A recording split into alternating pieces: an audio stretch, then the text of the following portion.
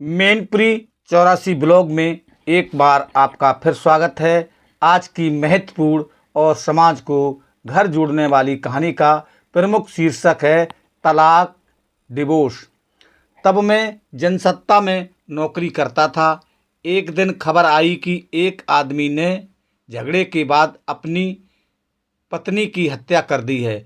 मैंने खबर में हेडिंग लगाई कि पति ने अपनी बीवी को मार डाला। खबर छप गई।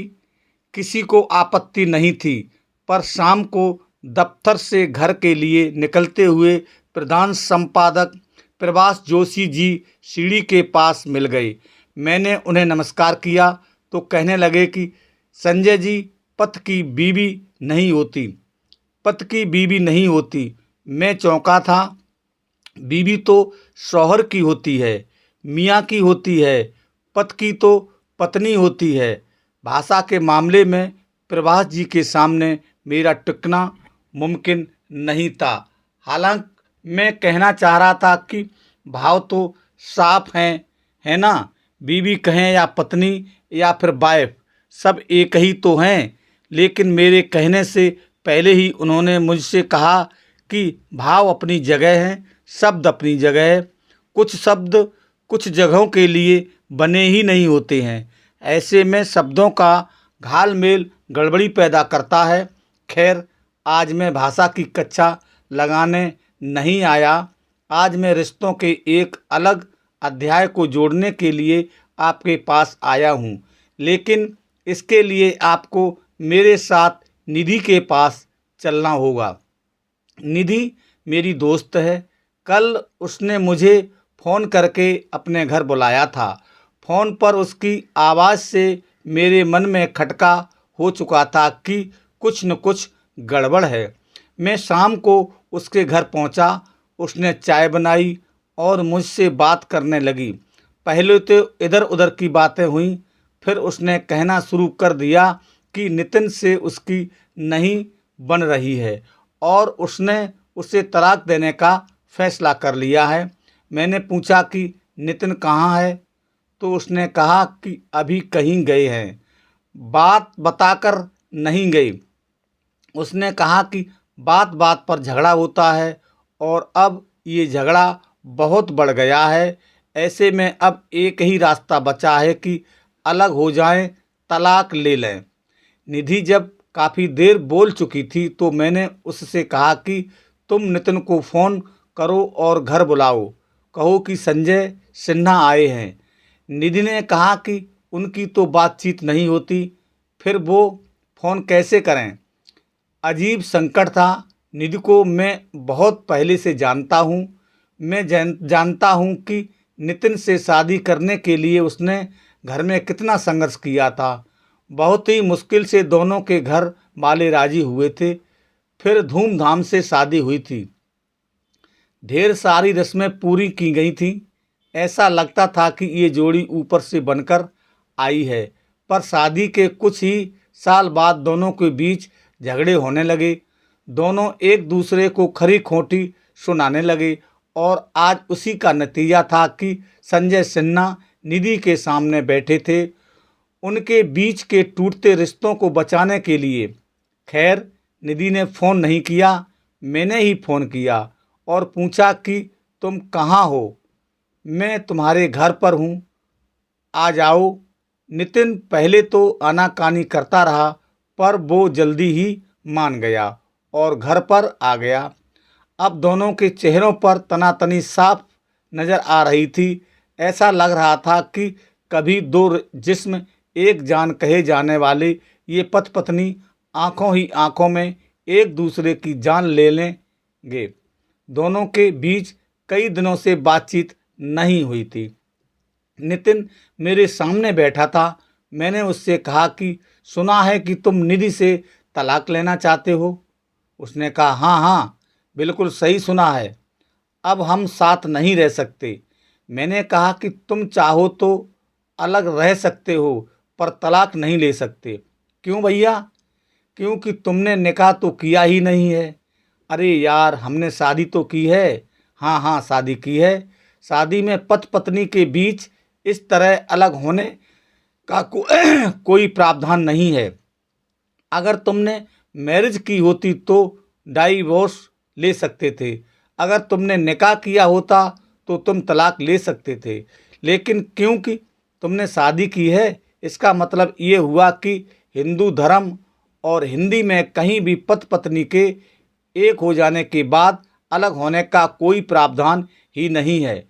मैंने इतनी सी बात पूरी गंभीरता से कही थी, पर दोनों हंस पड़े।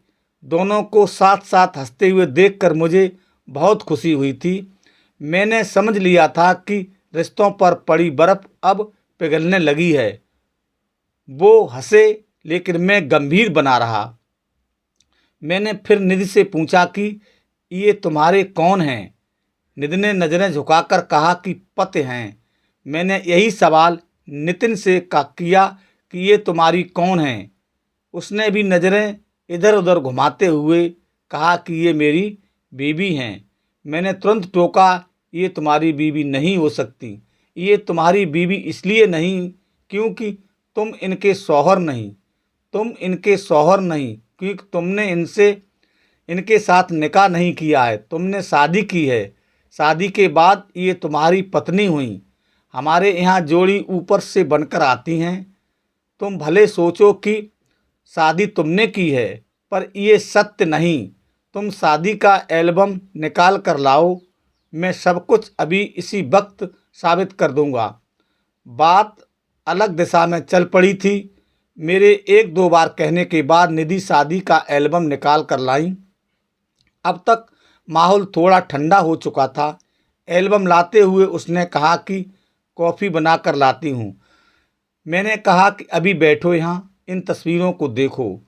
कई तस्वीरों को देखते हुए मेरी निगाह एक तस्वीर पर गई जहाँ निधि और नितिन शादी के जोड़े में बैठे थे और पांव पूजन की रस्म चल रही थी। मैंने वो तस्वीर एल्बम से निकाली और उनसे कहा कि इस तस्वीर को गौर से देखो। उन्होंने तस्वीर देखी और साथ साथ पूछ बैठे कि इसमें खास क्या है। मैंने कहा, ये पैर पूजन का रस्म है।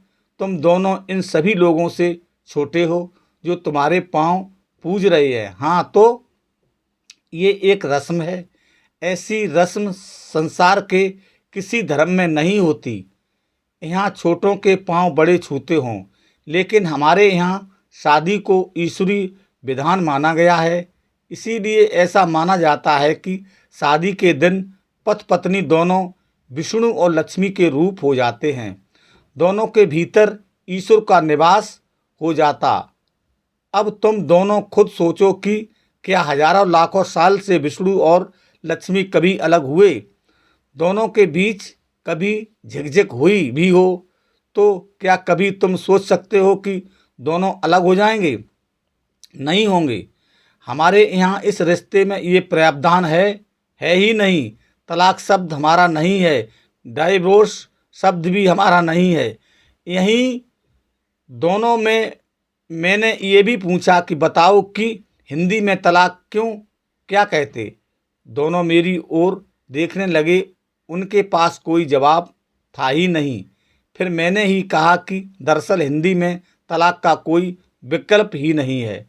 हमारे यहाँ तो ऐसा माना जाता है कि एक बार एक हो गए तो कई जन्मों के लिए एक हो गए। प्लीज़, जो ही नहीं हो सकता उसे करने की कोशिश भी मत करो, या फिर पहले एक दूसरे से निकाह कर लो फिर तलाक ले लेना। अब तक रिश्तों पर जमी बर्फ़ काफ़ी पिघल चुकी थी। निधि चुपचाप मेरी बातें सुन रही थी। फिर उसने कहा, भैया मैं कॉफ़ी लेकर आती हूँ। वो कॉफ़ी लाने गई। मैंने नितिन से बातें शुरू कर दी। बहुत जल्दी पता चल गया कि बहुत ही छोटी छोटी बातें, बहुत ही छोटी छोटी इच्छाएं हैं जिनकी वजह से झगड़े हो रहे हैं। खैर, कॉफ़ी आई। मैंने एक चम्मच चीनी अपने कप में डाली। नितिन के कप में चीनी डाल ही रहा था कि निधि ने रोक दिया। भैया, इन्हें शुगर है, चीनी नहीं लेंगे। लो जी, घंटा भर पहले ये इनसे अलग होने की सोच रही थी और अब इनके स्वास्थ्य की सोच रही है। मैं हंस पड़ा। मुझे हंसते देख निधि थोड़ा झेंपी। कॉफ़ी पीकर मैंने कहा, अब तुम लोग अगले हफ्ते निकाह कर लो, फिर तलाक में तुम दोनों की मदद करूँगा दिलाने में। शायद अब दोनों समझ चुके थे कि हिंदी एक भाषा ही नहीं संस्कृति है। इसी तरह हिंदी भी धर्म नहीं सभ्यता है।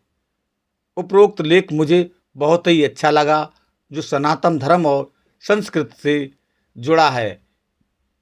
इस तरह की कहानियाँ सुनने के लिए हमारे मैनपुरी 84 ब्लॉग यूट्यूब चैनल को सब्सक्राइब करें, हमारे वीडियो पर कमेंट करें, लाइक करें। आपका बहुत बहुत धन्यवाद। हमारे साथ बनी रहिए ऐसी कहानियों के लिए। ये कहानियाँ आपने सुनी है, आपको अच्छी लगी हो तो इसको शेयर ज़रूर करें। इस तरह की कहानियाँ भेजने के लिए हमारे 63 99 21 0 274 94 11 252 104 पर भेज सकते हैं। हम आपकी कहानियाँ को जन जन तक पहुँचाने का प्रयास करेंगे। आपने प्रेमपूर्वक कहानी को सुना, इस पर अमल करें और कराएं। आपका बहुत बहुत धन्यवाद। चंद्रपाल साक्य, पत्रकार, हिंदुस्तान, मैनपुरी।